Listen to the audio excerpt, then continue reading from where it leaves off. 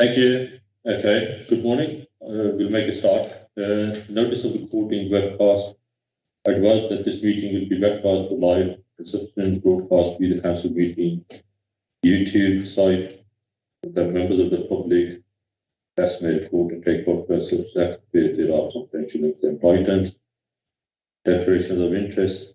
Members are reminded that they must declare all relevant material and non-material interests arising from any business to be discussed at this meeting. If a disclosure of material interest is declared, a member must not speak on it or take part in that agenda item. Any declaration will be reported to the minutes of the meeting. Apologies and declaration of non-labor members. Also, apologies were submitted on behalf of Councillor Donaldson, and I'm replacing her today as the chair. She's off on annual leave, I think. Minutes to confirm and sign the minutes of the meeting held on the 23rd of August 2022 at 10 hours. To confirm and sign the minutes of the meeting on the 30th of August. Do we have to sign the minutes? Do we have to agree? Agree? Okay. So we agreed that and I'll sign them.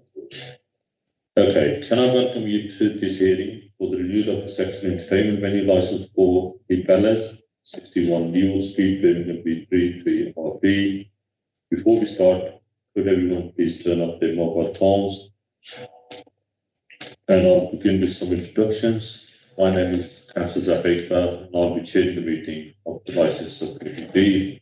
On my right, we have Councillor Alex Hicks. On my left, we have Councillor Stack Meehan.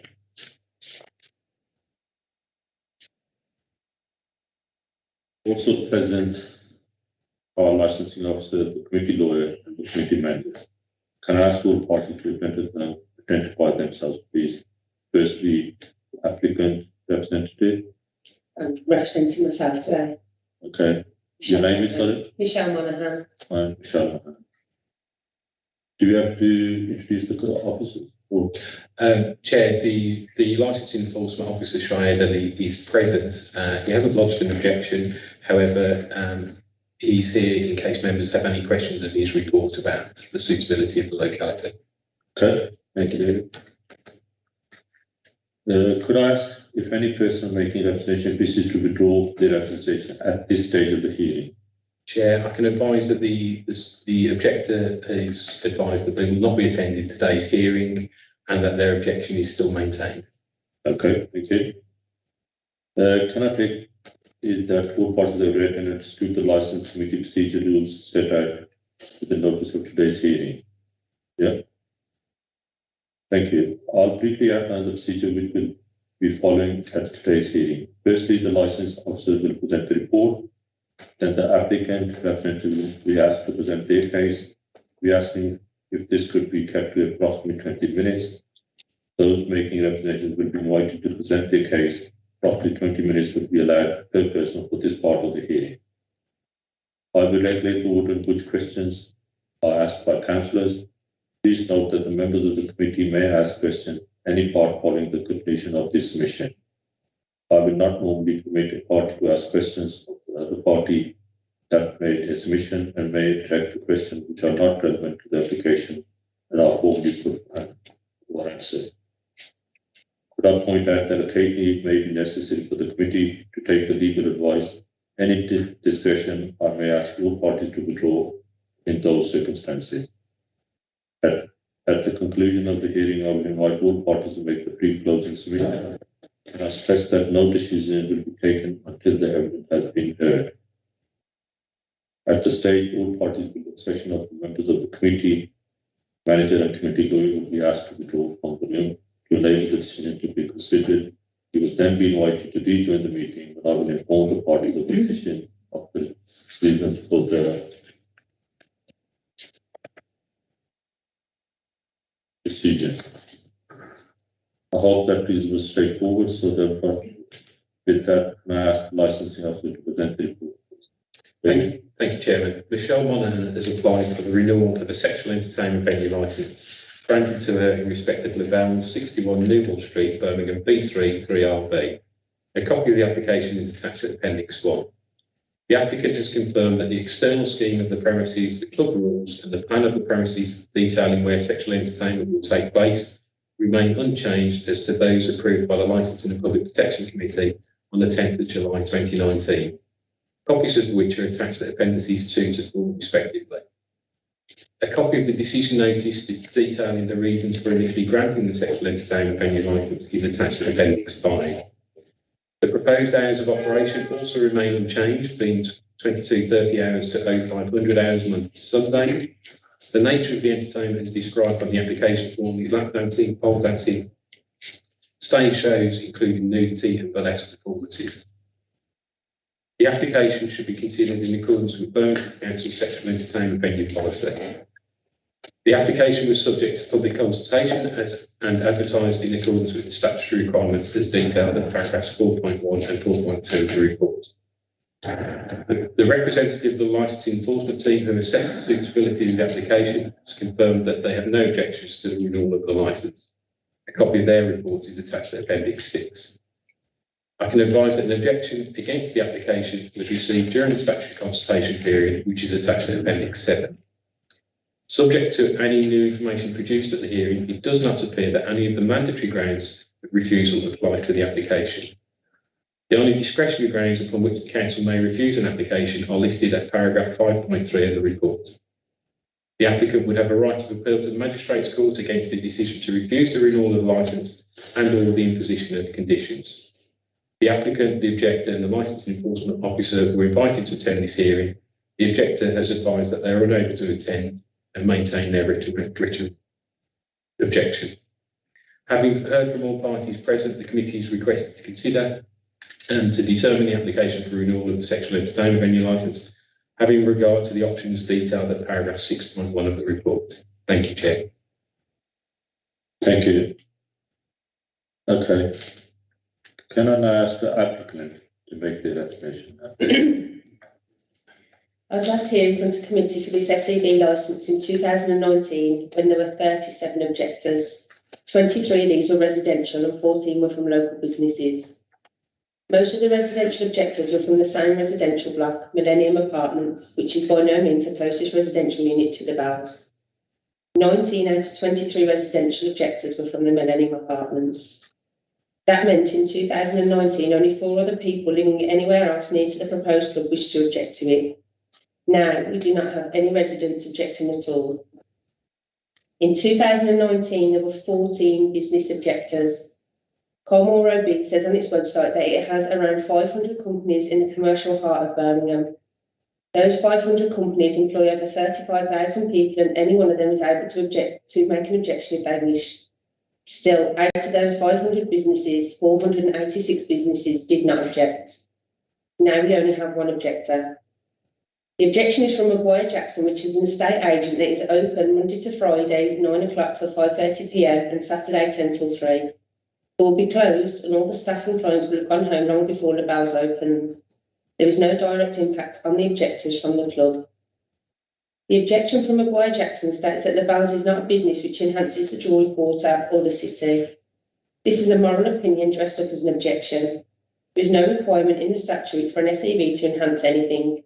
The Bells does no harm to the image or reputation of anywhere or anything, and this was closely examined at the last committee hearing in 2019, where I was represented by Sarah Clover. The committee heard all of the same sort of arguments and concluded that this is an appropriate business for this location and nothing has changed since 2019. In summary, the committee stated that the view of the committee is that this locality, which is not in principle incompatible with the proposed SEV, however, there are certain sensitivities which could cause conflict with the use of the premises as an SEV. For those reasons, the decision of the committee at that SEV application should be granted, but its hours reduced from those applied for to prevent it being brought into conflict with potentially sensitive users of the existing facilities in the locality. I believe in summary the committee will refer into education and cultural facilities, but this could also take into account the closed offices of an estate agent based 0.4 kilometres away. The Colmore Bid website states, the Colmore Business District area is a commercial heart of Birmingham as well as being a hub of businesses and professional service firms.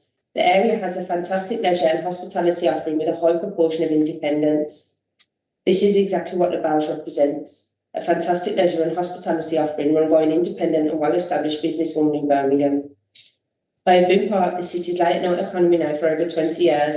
I'm a key contributor to the local economy, paying business rates, bid levies to 3 different bids, licence fees and other taxes, as well as employing staff from the local area. It is vitally important to have a strong thriving business to aid the post-COVID recovery, and making things harder for businesses at this time is not fair.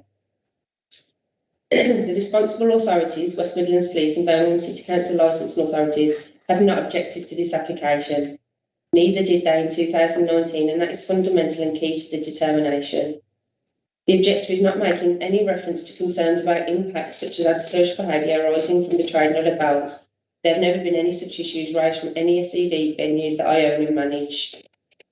The grounds for refusal. The mandatory grounds for refusal of this licence are not engaged. There are only 2 discretionary grounds for refusal that are really engaged here. 1, the character of the relevant locality, and 2, the uses to which any other premises in the vicinity are put. The club is close to the main shopping areas of Corporation Street and New Street, and in close proximity to Snow Hill and New Street stations.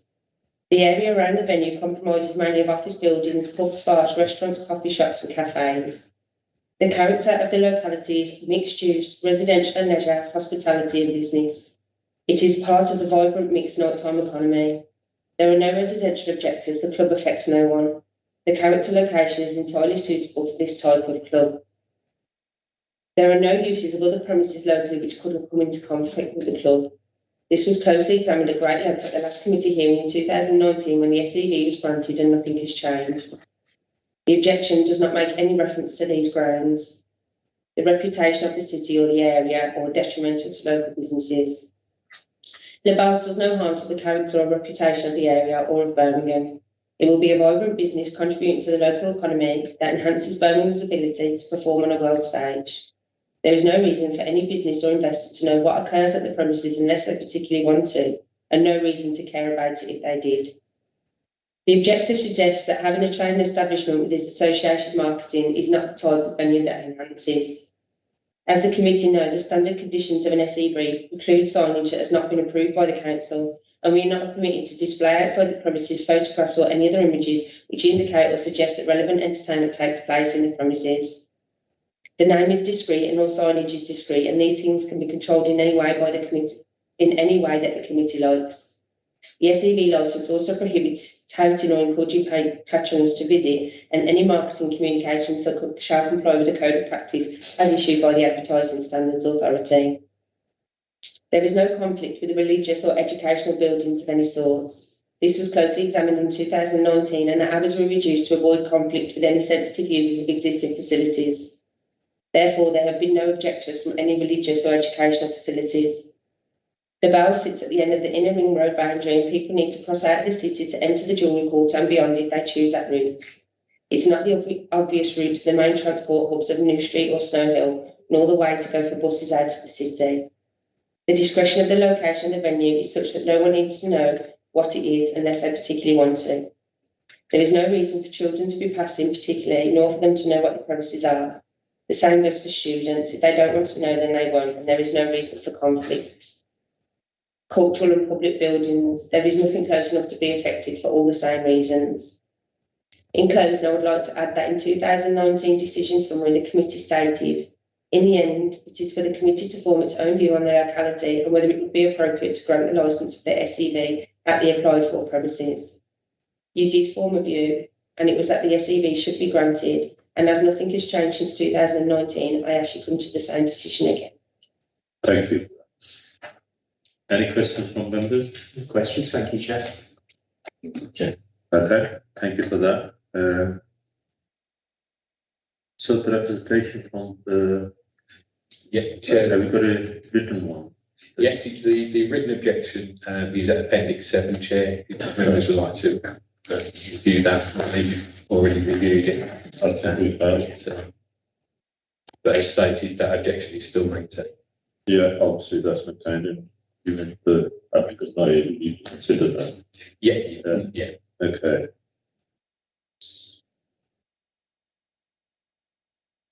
So are there any questions from members of that? Gotcha.